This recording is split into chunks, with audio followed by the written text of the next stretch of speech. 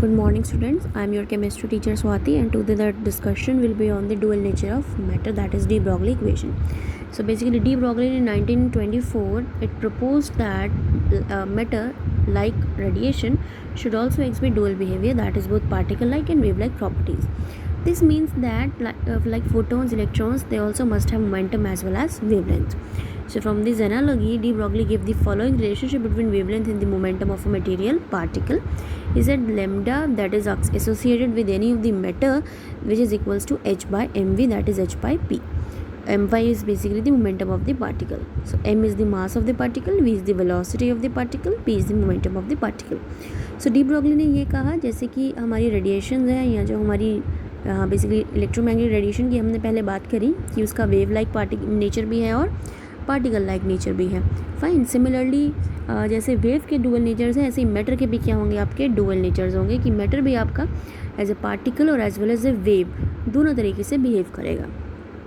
और उसने बताया कि जो भी वेव मैटर से एसोसिएटेड होगी उसका जो वेवलेंथ होगी that will be equal to H upon M V, and this is basically experimental determined because जो इलेक्ट्रॉन्स थे उसने एक्सपेरिमेंटली ये देखा कि इलेक्ट्रॉन्स ने डिफ्रैक्शन पैटर्न दिया. सो अगर कोई भी इलेक्ट्रॉन अगर देखो किसी का भी जिसका भी पार्टिकल नेचर होगा वो डिफ्रैक्शन पैटर्न्स देगा ऑन ए फोटोग्राफिक प्लेट. तो सिमिलर इलेक्ट्रॉन्स ने भी क्या किया एक्सपेरिमेंट में डिफ्रैक्शन पैटर्न्स दिए. सो डिफ्रैक्शन पैटर्न से de Broglie come to know about that electron also is showing means that subatomic particle is also showing the basically matter like या particle like properties. That is why de Broglie came with the concept of wavelength, that like to every matter there is a wave associated with it and that wave is known as the matter wave. So what he said, to every matter there is a wave associated with it and that wave is known as the matter wave. Fine. And the value of that matter wave is basically, or the wavelength of that matter wave, that is equals to h by m v. अब ये जो wave है बेटा, ये जो wave है कि किसी मैटर से जो भी वेव एसोसिएटेड है वो आपको कब नज़र आएगी, अब वो डिपेंड करता है उसके मास के ऊपर. अगर हम मैक्रोस्कोपिक ऑब्जेक्ट की बात करें, मैक्रोस्कोपिक मीन्स हम बहुत बड़े ऑब्जेक्ट की बात करें, लाइक हम अपनी ही बात करें अगर, तो माइक्रोस्कोपिक ऑब्जेक्ट्स का मास बहुत ज़्यादा होने की वजह से लैम्डा आपका डिक्रीज़ कर जाता है और वो इतना डिक्रीज़ कर जाता है कि वो ऑब्जर्वेबल नहीं है.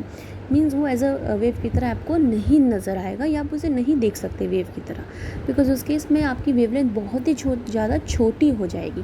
Fine.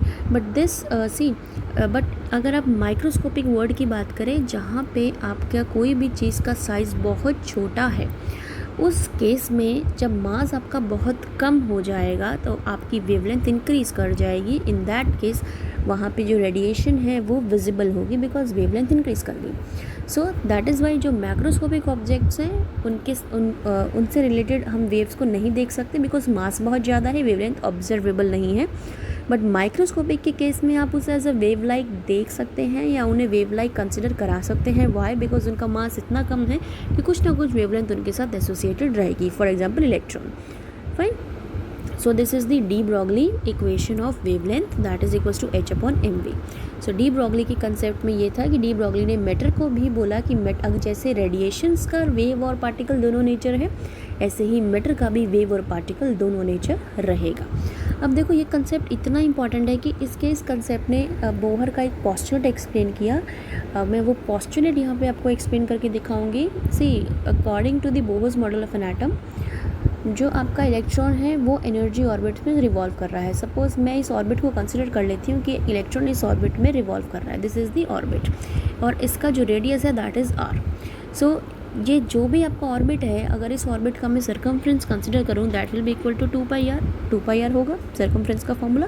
This R is the radius of that particular orbit and इसी 2πr के अंदर there is number of waves associated. कितनी सारी वेव्स हैं? बहुत सारी. तो यहाँ पे वेवलेंथ्स भी कितनी हो जाएंगी? बहुत सारी वेवलेंथ्स हो जाएंगी. तो वो वेवलेंथ्स किसके इक्वल होंगी? जितना इसका सर्कमफ्रेंस होगा.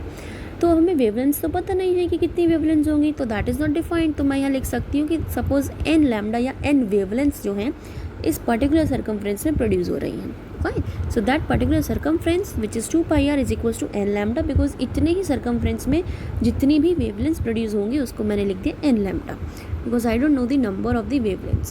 So now if I shuffle the basically if I now apply the de Broglie's equation here, that to every matter there is a wavelength associated with it, or to every matter a wave associated with it, so there will be wavelength, and that wavelength is equals to h upon mv. Fine. Now again, if I shuffle the terms, if I take mv this side, this will be mvr and nh upon 2 pi. Now this is the formula, this is the Bohr's postulate. Basically this is the Bohr's postulate, which tells that the angular momentum, or the angular momentum associated with any electron in a particular orbit is fixed or quantized, which is equals to nh upon 2 pi. सो यहाँ से de Broglie ने आपका Bohr का एक postulate explain किया. That is Y de Broglie की जो importance है वो बहुत ज़्यादा है इन structure of atom. Because de Broglie ने क्या बोला कि कोई भी मैटर होगा उसके भी दो ही नेचर होंगे, पार्टिकल भी और वेव भी. सिमिलरली जैसे कि रेडिएशंस के होते हैं, wave as well as particle. So here m v r is equals to n h upon 2 pi. This m v r is the angular moment of an electron present in a particular stationary orbit. So ये जो radius है ये orbit का ही radius है. The angular momentum associated with an electron in a particular orbit is n h upon 2 pi, and that is fixed. Because h upon 2 pi is a fixed value, n can vary. This n is the number of shell. Fine. This n is the number of shell जिसका radius आप associate कर रहे हैं. अब जिस भी n की बात करेंगे, जिस भी शेल की बात करेंगे, रेडियस की वैल्यू उसी की ही यहाँ पे आएगी. So it means angular moment of an electron is fixed. Fine. So I am rubbing it now. And the next topic is basically the Heisenberg uncertainty principle, which is I am going to discuss. It is the Heisenberg uncertainty principle. So Heisenberg uncertainty principle ज़रा हम देखें अगर, it again states that it is impossible to determine simultaneously the exact position and exact momentum of an electron.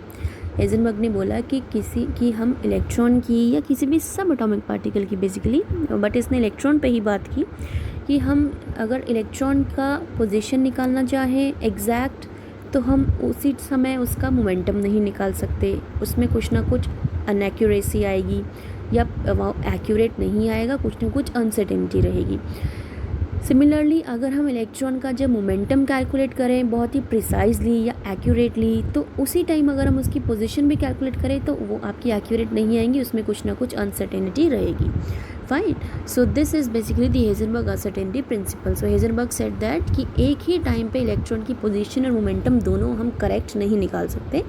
अगर हम position बहुत correct निकालेंगे तो उसकी वेलोसिटी में कुछ ना कुछ अनसर्टेनिटी आएगी या फिर वो इनएक्यूरेट आएगा. अगर आप उसकी वेलोसिटी एक्यूरेट निकालेंगे तो उसके पोजीशन में कुछ ना कुछ अनसर्टेनिटी या इनएक्यूरेसी आएगी. फाइन. तो दोनों चीज़ों को हम एक साथ प्रिसाइजली नहीं निकाल सकते.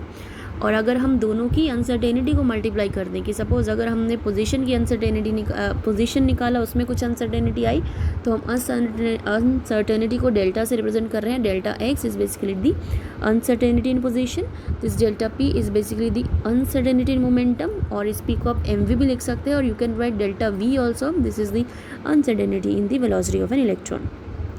तो अगर आप दोनों की अनसर्टेनिटी को मल्टीप्लाई करेंगे तो अनसर्टेनिटी की वैल्यू जो है वो h अपॉन 4 पाई के इक्वल आएगी या फिर उससे बड़ी होगी. Fine. So according to Heisenberg's uncertainty principle we can not calculate the exact position और एग्जैक्ट मोमेंटम और velocity of an electron simultaneously. तो आपको कुछ ना कुछ अगर आप एक निकालना भी चाहेंगे तो वहाँ पे कुछ ना कुछ क्या रहेगा, अनसर्टेनिटी या थोड़ी सी इनएक्यूरेसी वहाँ पे रहेगी. पोजीशन ठीक निकालेंगे तो मोमेंटम में रहेंगी, मोमेंटम ठीक निकालेंगे तो पोजीशन में रहेगी. So this is the Heisenberg's uncertainty principle. अब देखो बेटा, ये जो आप ये हेजनबर्ग अनसर्टेनिटी प्रिंसिपल की बात कर रहे हैं ना, ये सिर्फ माइक्रोस्कोपिक वर्ड के लिए है. मीन्स वहाँ पे जहाँ इलेक्ट्रॉन प्रोटॉन्स की बात हो, माइक्रोस्कोपिक बहुत छोटे पार्टिकल की बात हो रही हो, अगर आप इसको मैक्रोस्कोपिक वर्ल्ड पे लगाएंगे तो ये चीज़ अप्लाई नहीं होगी. बिकॉज मैक्रोस्कोपिक वर्ल्ड में आपके न्यूटन्स लॉ चलते हैं, क्लासिकल मैकेनिक्स चलती है. तो मैक्रोस्कोपिक वर्ल्ड में तो आप एक साथ किसी भी बॉडी की मोमेंटम और पोजीशन निकाल सकते हैं, बट जब आप माइक्रोस्कोपिक वर्ड की बात करते हैं तो आप नहीं निकाल सकते.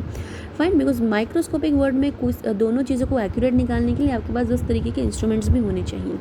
तो वैसे ही हमारे पास बेसिकली एक नॉर्मल एनसीईआरटी में एग्जाम्पल मेंशन है कि अगर मेरे पास बहुत ही थिन शीट मेरे पास अगर बहुत थिन है और मुझे उसकी बेसिकली थिकनेस ही निकालनी है, तो मुझे जो भी इंस्ट्रूमेंट लेना पड़ेगा वो उससे कम का लेना पड़ेगा. जितनी उस शीट की थिकनेस होगी उस इंस्ट्रूमेंट के अंदर उससे कम थिकनेस की वैल्यू होगी तभी हम उसे मेजर कर सकते हैं।